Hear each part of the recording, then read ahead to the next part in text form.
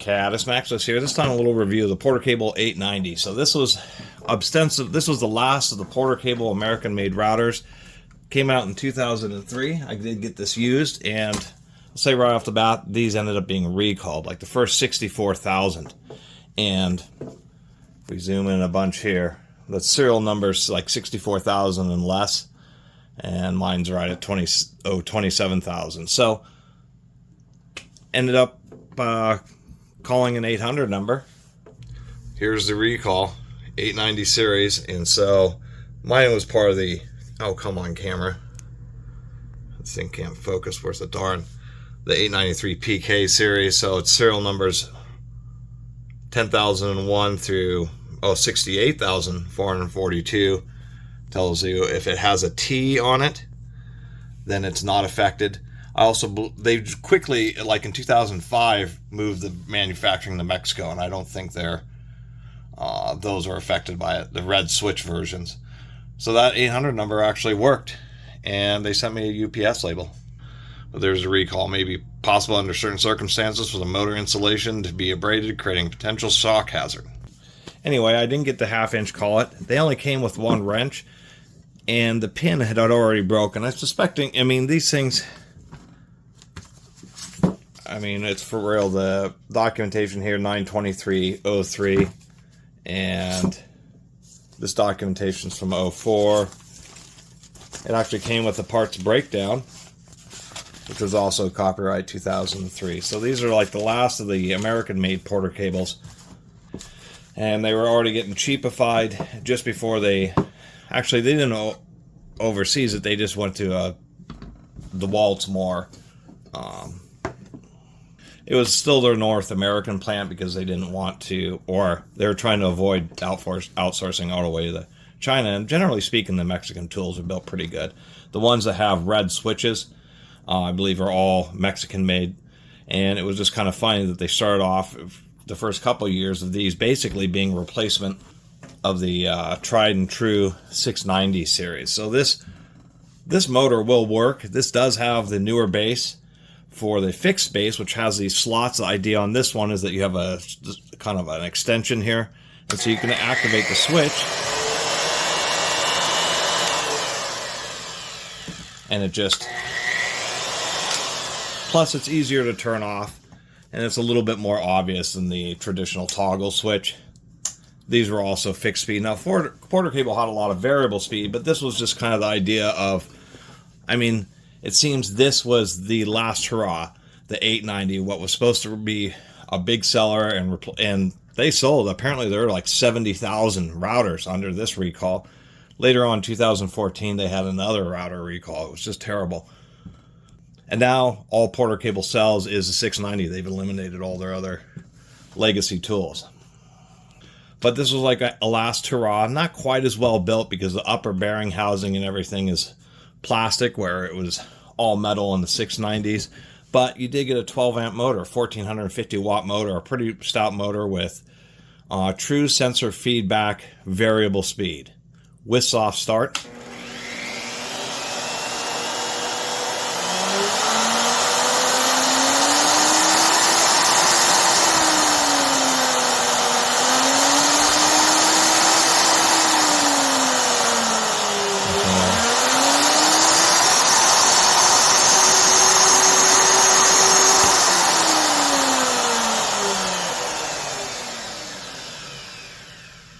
Tiny amount of vibration. There is no end play in the spindle like those Skill and Craftsman routers I recently made videos about having to deal with. The fact that they didn't pre-tension the motors properly. So what's also interesting about these is it has like these kind of soft grip side panels. I think these are just ostensibly to help, I guess, reduce a little bit of noise and vibration. But that was the big deal. You got just a little bit more power than the old 690. It's definitely a larger router. Both of these are sunk down to about the same clearance, and we can see that is a substantially taller router. Not just because of a little bit bigger motor, but there's a big space used up from the electronic speed controller. So anyway, about the fixed base is much better. The old bases were Verner bases. So what you did is you just had a line on the side of the motor. You rotated this ring to 0. and each tick mark is like, that's 1/8 inch, that's 1/4 inch. So these motors have a spiral track, and both of these routers have the same pins. It's just that this one also now has a geared rack, which technically can be removed, so you can put this motor and fixtures that were for the old 690s. But now you get like a Bosch style precision adjustment, and it does have a little hex. This didn't come with the little wrench for mounting it in router tables. And getting back to it, they included a lock pin, but it was so small that it was broken, and it was just kind of buzzing and rattling in there, so I popped it out. So this router motor just moves up and down in the base. For this one, you had to use the ring, loosen the base, and then twist the motor, and you just twisted the line. If you wanted an 1/8 inch deeper, you just twisted the motor until it hit the 1/8 inch mark, and you tighten it back down. It's really not that bad of a system once you get used to it, but this is just easier when you can just flip this and then just do a quick adjustment like that. It has a release. Whoop, you pull it, so you can do larger adjustments, or just pull out the motor. So I kind of like this upgraded base, to tell you the truth. Interestingly enough, I did get the Plunge base, and my criticism of these Porter cable, I have three of these, is there's just a little bit of wobble. It's easier to show when I have a motor in there.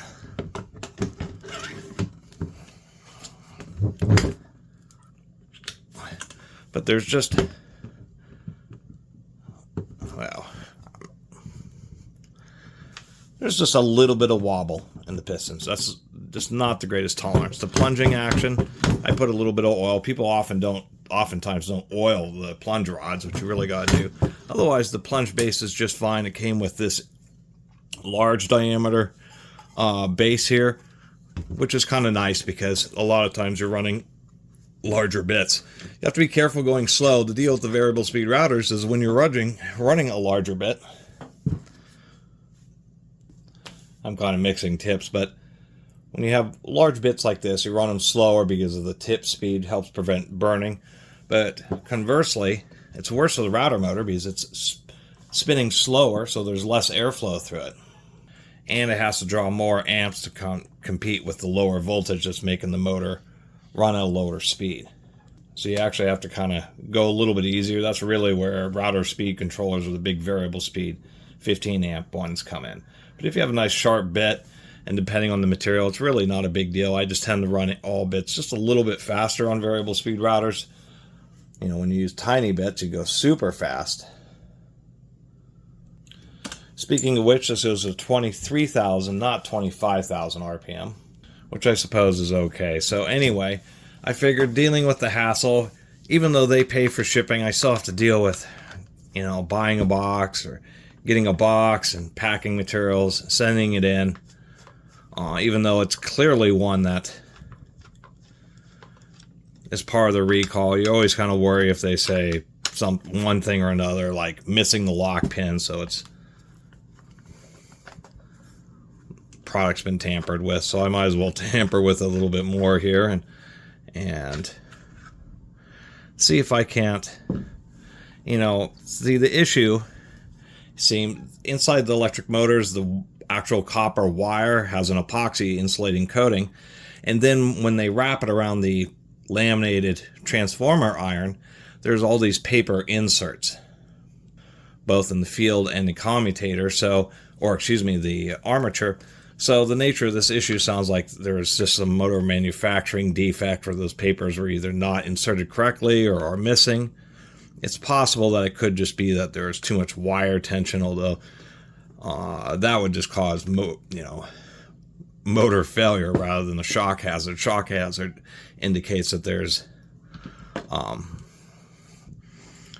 just a little nub for the switch. I guess this whole thing is kind of well captured, but still, that is one tiny little nub that looks like it would be darn easy to break in the wrong. You know, somehow if this was in a toolbox and it got flipped to the on position and then got hit again, I could just see that little nub breaking off. Kind of a funky switch. Kind of funky anti-vibration. They're just TPU coated plastic, just super short screws. These things are not very tight. And I'm sure those things will be getting loose unless you tighten them to where they kind of squish out the plastic and kind of bottom out at the holes. I don't know why they really did that. So anyway, just getting into this to take a look at the motor and kind of decide whether I want to deal with, once again, sending it in or just keeping this one. I mean, I'll admit, it is a proper motor controller. You can just see that little nub in the middle. I mean, the power transistor is mounted to a pretty big piece of aluminum for the heat sink. It appears that we have two adjustments there, potentiometers, so that's probably going to adjust both the minimum and the maximum speed, I assume, or maybe it's something like the ramp rate for the soft start, and the minimum speed. I don't like that I'm seeing some electrical tape right there. I don't know what's up with that. You can see right through the top, but that's a little, maybe you can see better there. There's just a little magnetic wheel and what appears to be an inductor, just something simple where as it spins around it generates a pulse. So it's a true feedback variable speed. So the other thing I was going to mention here is that the brush system's actually pretty nice. A big open brush like that, even though I really like solid brass brush guides, they actually help trap heat. A brush that's really exposed like that means that it gets airflow over three sides, 270 degrees, and it actually ends up staying cooler.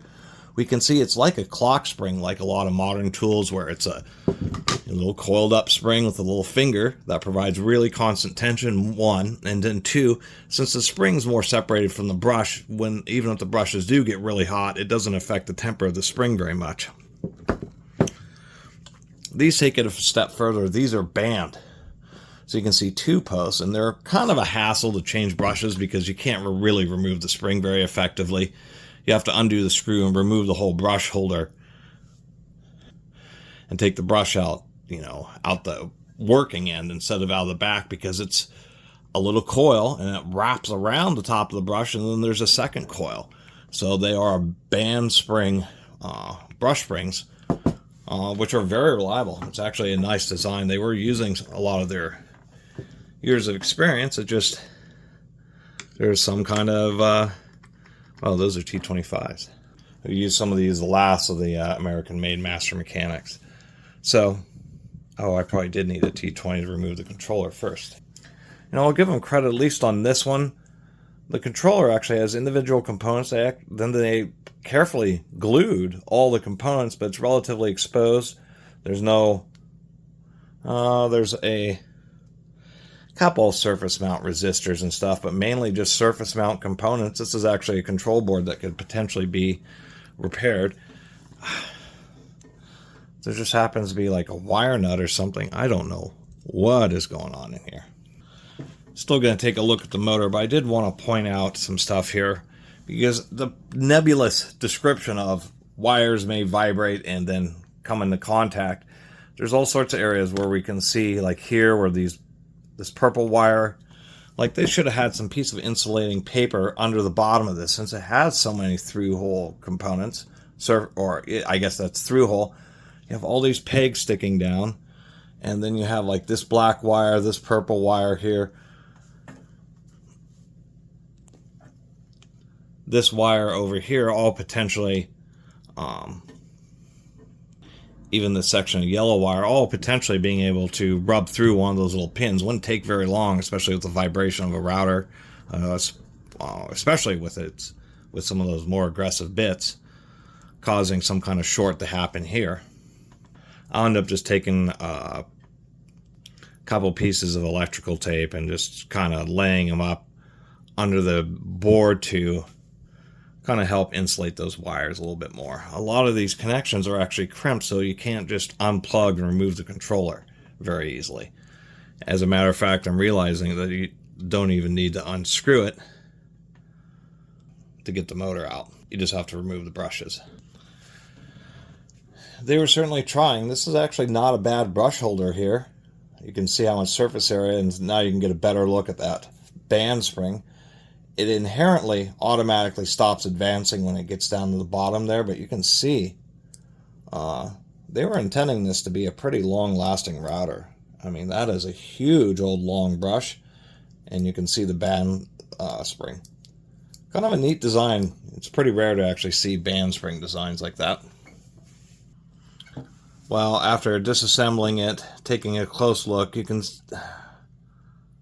just see that there's little pieces of paper, not only on the top, but lining the kind of the channel where these wires are. And you can see, barely, that the piece of paper just isn't quite long enough. So there's areas where those wires are actually touching right on the iron itself, and so that's where the nature of the short comes from. I'm incorrect. After opening the tops of both of those 690s, it looked exactly the same. It turns out that this, get some more zoom, come on camera, this top layer is actually an insulated, that's not metal, that's a one insulated, it's a lamination, but that's a guard. So this motor, on a really close inspection, looks just fine and looks exactly the same as, it looks exactly the same except for this top part as the 690. So I'm not entirely sure. The idea is, one, those windings can short out here and then they conduct through the bearings to the housing. The only other way is the field, and this field looks just fine. The insulation comes up all the way around. It's properly well guarded. I'm not sure about the nature of that recall. There must have just, one of the things that makes brands like Makita, even though everybody's had their issues, but like Makita's advertised ISO 9001 manufacturing standards, and what that is each step of the manufacturing process, whether it's the moldings for the cases, the machining, the tolerances and how accurate the laminations are, the assembly of the armature, the winding, each one of those manufacturing steps, every 1,000 units, somebody takes one aside and makes sure everything is meeting tolerances. And that way, if they ever have some kind of issue doing manufacturing, it'll only affect up to 1,000 units, because at some point during all those different layers of inspections, the issue will be caught and identified, and they only have to deal with 1,000 units rather than putting it together, doing some manufacturing runs, saying, okay, it looks good, and then pumping out 50,000 of them until you realize that you have a problem. By the way, if anybody's curious, these collets are just a standard thread. It's lefty-loosey. A lot of routers, like those old Porter cables, they split in the middle, so you have an easy way of grabbing the armature. In this case, I would have thought they would have put a couple flats here. Instead, you're in a tough situation. Basically, vice gripping right here, making sure not to damage your little motor, your little sensor magnet, to get enough grip to remove this nut. And then these are not very tight. They're just lightly cinched on because the direction of the rotation constantly is tightening it up. I was going to point out, they do have a metal insert in the top of the case here, so the bearing is actually, if the bearing ever does start to fail and seize up, that aluminum should be just a little bit more durable and not risk damaging and melting the plastic. I did try removing the chuck. It's a little bit tighter than I expected. Really a disappointment that they make it so difficult to replace this lower bearing, because you really have a hard time trying to grip onto this darn motor. I tried using vice grips. It's a pretty hard piece of steel, but it just started scraping it, and I just realized this is one of those situations where when you need it, I don't know why the body's so darn tall, so you can't grip onto it. So your choice, you can pull these magnets off of the puller. You just have to be really careful to be very even. And especially when you're putting them back on, that seems to be really when they fail. Pull that off and simply take a grinder or a sander and put a couple of flats on here so you can grip onto the darn thing. And remove the chuck so you can get the darn motor out. So as far as I can tell, I think I'm just going to hold on to this one. The problem with recalls is sometimes manufacturers are real specific. And so you can inspect if yours is particularly affected, not just by the serial number, but whether yours happens to have a specific issue. It's a little bit nebulous, and there were a few reviews of these smoking, getting burned up, a lot of them running too hot. This one seemed to be just fine. So I assume that part of it is due to some of these wires shorting out with connectors on the bottom of the controller. Seems like a more likely issue that was just written up as electrical wires abrading, electric shock hazard, which it just seems like a go-to, and maybe it was related to this, some of them missing this cardboard. So anyway, it's a safety recall, so there's basically no time limit because it's a safety recall. Technically, you're not supposed to donate or sell things that are subject to a government safety recall. That is, if you're aware of it. But it's an old unit. They haven't sold this for several years, so either they have some old stock, or what ends up happening is either they fix what they can at what they need to at the service center, or and what I've read about other recalls on old tools, since the manufacturer basically has to deal with it if they're still in business, as they give you a check for whatever is the equivalent retail value. I've read about that happening a lot. They send in their recalled tool and they don't get a tool back. They just get a check for the MSR, whatever the shelf price was. Even if you don't have a receipt, since it's a recalled product, all the one of a particular unit are being recalled. So they just have to eat that cost, and they know that only so many will actually end up making it back to them. But in this case, it's like 70,000 units. Yeah, Porter Cable, to really think about it, if there's 70,000 units recalled and just the average MSRP was simply $200, that would be $14 million. So when there's a recall, most of the units come in within a few years of the recall, and then when it's as old as, like in my position, they'll just take it back, determine that it's the recalled unit, and then just simply send you a check. So I figured I'll just use I have some of this insulating plastic I got. They use these behind like switching power supplies. So use the gasket punch set, which is great for stuff like this to really make a nice hole. Trying to use a hole saw, you end up using a razor blade, but it's kind of easier just to find a die that's the right size and punch it out. So anyway, that's kind of my review and talk about the recall and inspection of the unit. I suspect that the nature of the recall is, one, motors just failing from heavy-duty work, extended periods at low speeds. It's always been the crutch of a variable speed router. When you're starting to use bigger bits, and this is a bit of a bigger bit. It's quite a large corner roundover, but there are just huge router bits. Just big, tall shaping bits and that type of stuff, and you just have to get the big, giant routers. The big 1800 watt, 15 amp ones. As far as looking into this, the best that I can tell is, one, motors burning up, which they got probably enough complaints because enough of these were used in like router tables and that type of stuff to where they just did a general recall. The second thing is the wiring under that, being tucked under that controller board.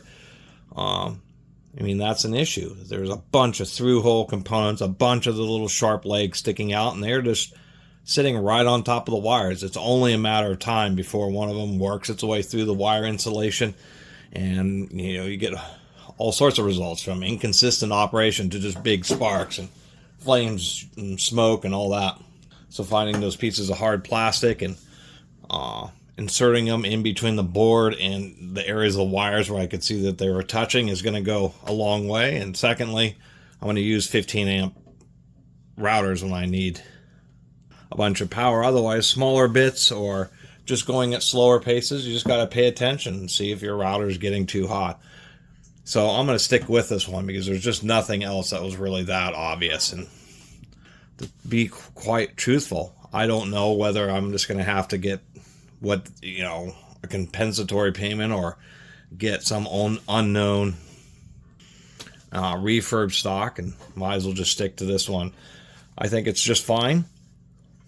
And It runs pretty smooth.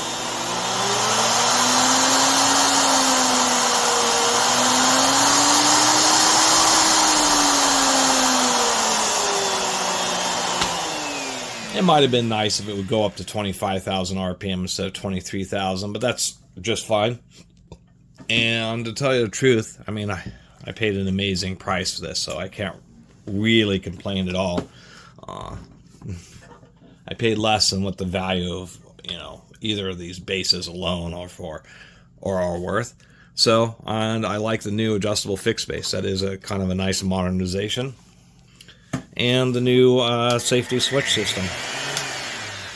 Oh, I won't be keeping these, but if you ever see these used, you know it's the American version because they came in just absolutely obscene cases. I understand what they're doing here, but it is massive. When they started with the Mexican ones, they started coming in a more compact case that held both. But in this situation, what they do is they just give you two dedicated cases. They're identical, but they fit together with these dovetails. They have a cutout. So you can either pull them off as one unit, or you can actually separate them and have just two dedicated cases. But when you bought it, you got the router in a base in one section and then just an extra base in the other. The idea with these cases, I kind of understand, is that you might have one which has, some of your various, well, I guess those are for router templates. That's kind of interesting. You have areas to hold your router bits in the top half of the case here. And so what you might do is you'd have, actually I'm thinking you would actually have these swapped out to where that almost makes more sense to me, because you could have one case set up like this, and then they have this little area here. And the idea behind that is it's just a pop-out thing so that you can use the bottom of the case as just a table to hold your router so it's not laying on its side, and you can just set it up, adjust depths, that type of stuff, and then have easy access to your bits. So I kind of understand, like, it is a contained router workshop almost in the cases, but they're just unbelievably bulky. And I just realized that those aren't replaceable plugs, are just knockouts. Once you knock those things out, you have a hole in the bottom of the case and you have a hole on the side of the case. So this was a good idea on paper, but not in practice. Turns out that the moral of the story is that there is just a bit less quality control, and there's just issues kind of all around, and not very much focus on informing the consumer. It's just all these routers have had various problems. Lots of these Makitas burn up, have collet issues. People even complained about collet issues on the Porter cable, although it seems fine. The nebulous recall, where you really looks like it was wiring under the controller, but they just don't give you any information about it. That's why I'm deciding to keep this one. I just don't know if I'm going to be better off with whatever I get, some, refurb. But the other thing I was noticing about this is that the soft start and the speed adjustment, it just has this kind of odd delay.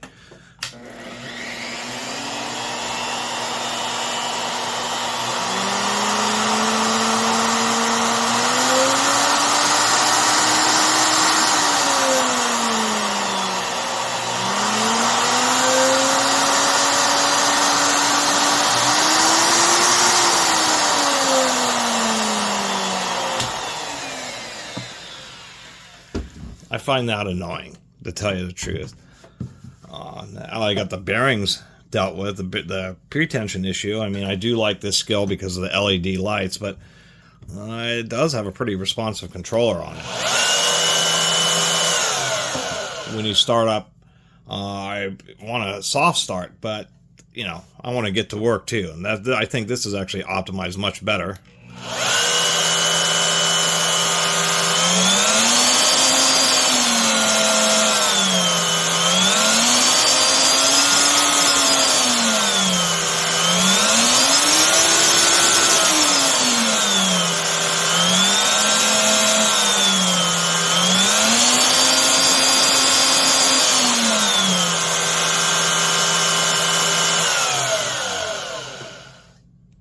much more responsive. And that actually holds true even with this Makita RT0701C. I think it also has a sensor feedback.